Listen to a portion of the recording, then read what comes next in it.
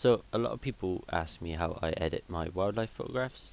So here's just a little tutorial on how I do it. There's many ways to do it, but this is how I do it. So we'll start off with this image, which I shot about a month ago. Of obviously it's a kingfisher, which is one of the prettiest birds we get in the UK, I think. So this was shot near where I live in Plymouth. Um, So I first start off getting the saturation right because, as I can remember and as I've seen before, kingfishers are really, really colourful birds. So I just want to bring it up a little bit. I can see here on the stick it's a bit blown out, so I'm just going to bring down the highlights a tad, probably to about there, just to bring some detail back in here and not distract from obviously the main focus. This image I was quite happy with straight from camera, so there's not a lot that needs doing. The only thing I want to change is the colors, the crop, which I'll do inside Photoshop, and I normally do the lens calibration, but because I've got the new Sigma 150-600, I can't seem to get the plugin for it at the moment, so I have been using the Sigma 150-500, which seems to do quite a good job at it. You see it gets rid of the vignette around the edge and just the barrel distortion from the lens, so I'll just stick with that one. So I'm quite happy with how it is just in camera raw, just the exposure, a bit of the saturation, that's all that needs doing. So let's open it up inside Photoshop. This is Photoshop CC, which I've been using for a while now, and it's worth upgrading to if you haven't already. So what I like to do is just crop in. This shot on a D800, so I've got 36 megapixels to play with, so I'm not too worried about cropping it a little bit. So it's about there, slightly to the left, just for that rule of thirds. So next, what I'd like to do is create an overlay layer on a new layer. Get a paintbrush to black, and then opacity about 9%, and then just darken this background a tiny bit like this. Don't have to be too precise.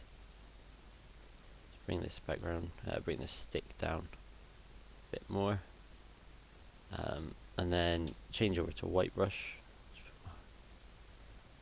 and then zoom in here and just bring out the exposure a little bit. Just in the face, it's a bit dark. So just instead of doing it to the whole image, I'm just selecting where I want it to be brighter and darker.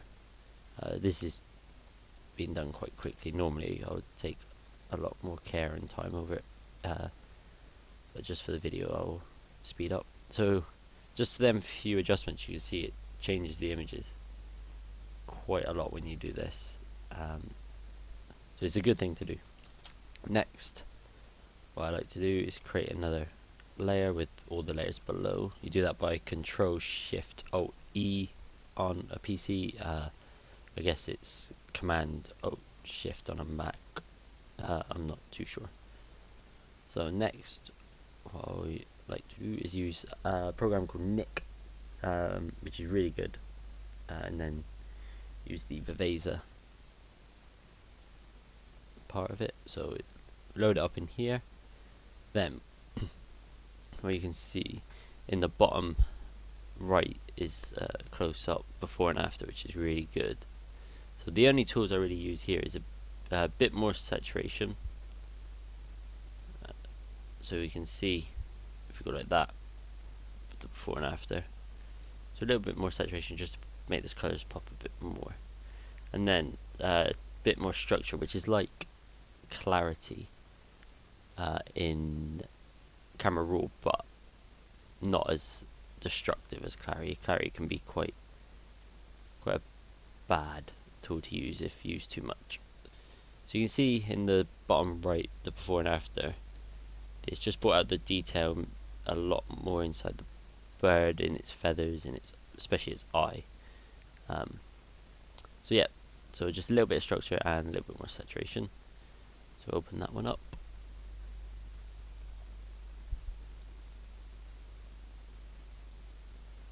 Right, here we are. As we can see, it's changed the background a bit too much. It's made it a bit more messy.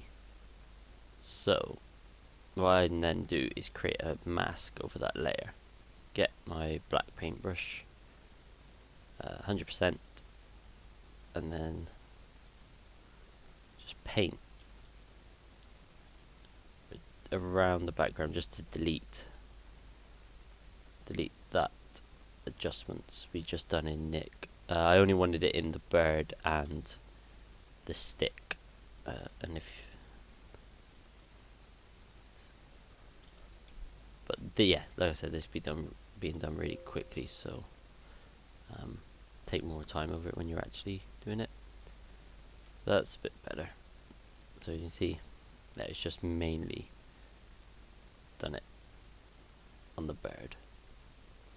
So when editing wildlife photos, you want to keep it as, you know, as close to the real thing. You don't want to do any crazy edits like changing the color of the bird, because people will look at it and go, oh yeah, that's not what they look like. Obviously you've gone a bit happy with your editing. So I'm just going to bring up a tiny bit. Oh, that'll be why. Just a tiny bit of exposure, just there we are. Just 0.4%. That's hardly anything, but just adds a bit more brightness to the image. It's a bit dark. And then that's pretty much it for this image. Like I said, I was really happy with it when I first took it. So we haven't done much. We've gone from that to that. Let's make the kingfisher pop more. So I'll just save this one. Let's just save it as a JPEG for now. So, put kingfisher video.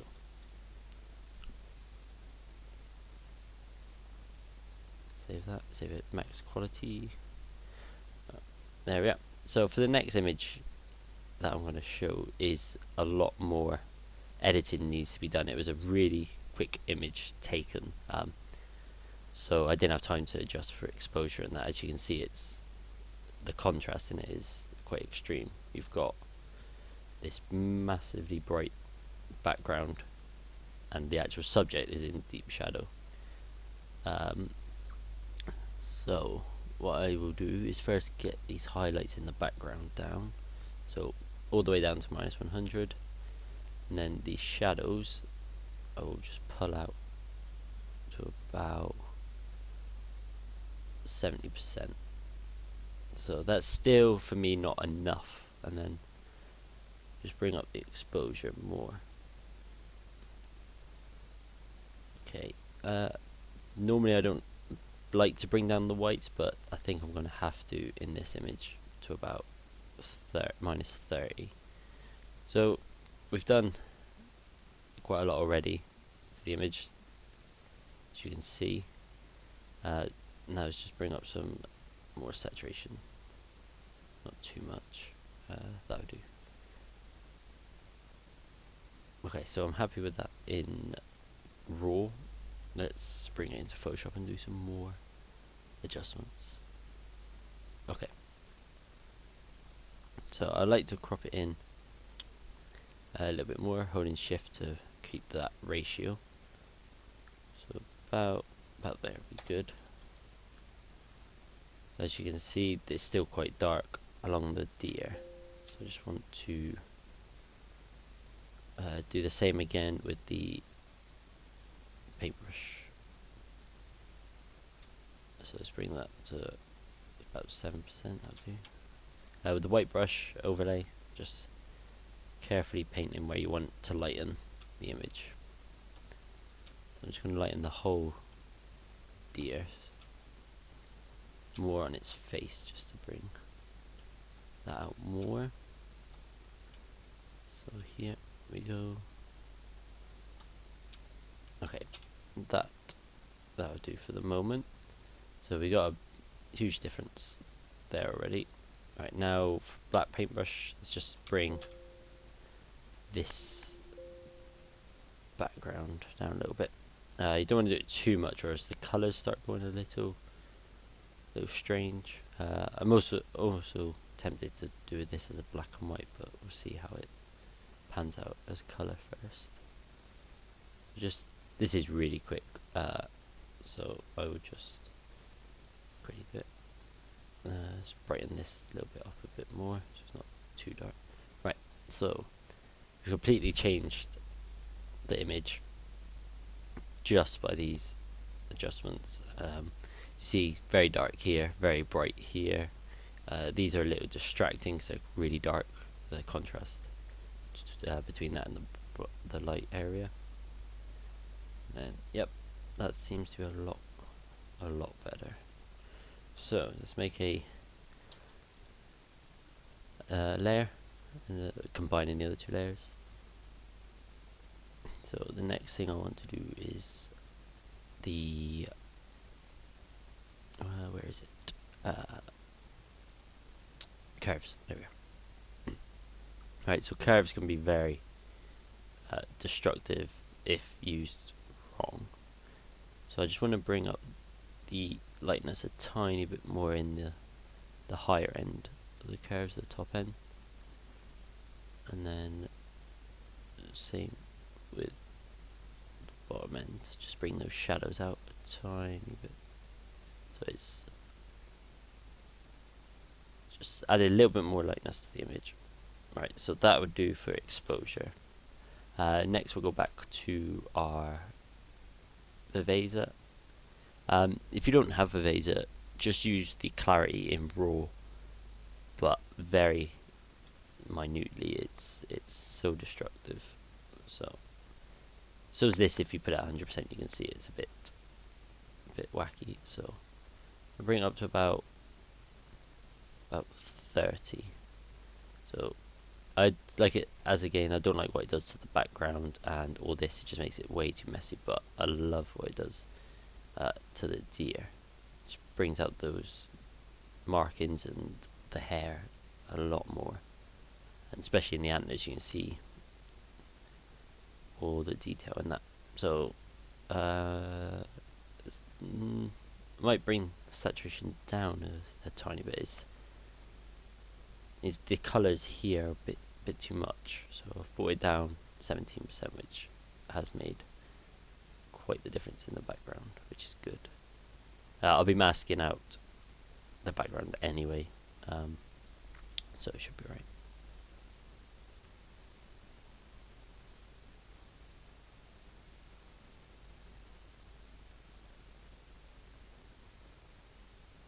Okay, and there we are, before and after. So same again, layer mask and a black paintbrush 100% to sort this background out. As you can see, the saturation is coming back through because I'm deleting basically the layer, but I'll sort that out in a second. Yep, this is so quick. There we are. So we haven't got that adjustments on that layer. As you can see, it's changed the deer quite a bit, brought that detail out in the fur, which is what we want. Okay, so next what I want to do is, I just want to see what it looks like in black and white. So I'm just going to go black and white here. Just take a look like this. This is without any of the adjustments. So I like it in black and white, but I think for this, since the kingfisher is in colour, I'm going to stick this one to colour as well. Okay, so what I want to do next is just sharpen the image. It's a little bit soft. I don't think the shutter speed was too fast. So I'm just going to sharpen it up. What I use is knit collection again, and then use the output sharpener, which is really good. So it's the default. It normally is way too much. You get quite a lot of grain coming through. So I like to bring down the output strength to about between 50 and 75. So we'll go about 67. The focus is normally a good tool to use if your images are quite out of focus, but too much and you'll ruin it. So I just want to bring out up a tiny bit, and local contrast will bring up. So yeah, I'm happy with that. Just okay that.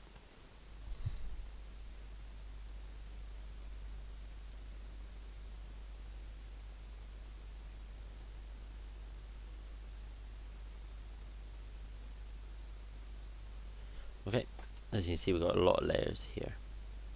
So we've gone from that to that, which is a lot better. I'm very happy with that. Okay, so next is finally sort out this really saturated background, which I forgot that it wouldn't do it when I layer mask it, so let's sort that out. So I'll bring up the saturation, make a new layer, saturation, just bring it down. Don't worry what it looks like on the deer, it's just for the background. So we'll bring it down about there, -18, that should be fine. So, and then what I like to do is swap these two around, grab a layer mask, and then just start painting with black along here. Or you can just grab this one and bring it on to that one. There. That's by holding Alt and just dragging it up, and it should apply the same layer mask we got here, which is what we need, to that, which is a quick way of doing it. Okay, and there, I think I'm happy with that, so I think I'm going to keep it like that. So let's have a look before and after. Yep, a lot better. Definitely brought that detail out here in the fur. Really nice.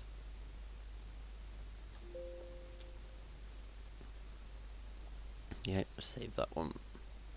I'll save it again as a JPEG. Rename it fallow deer.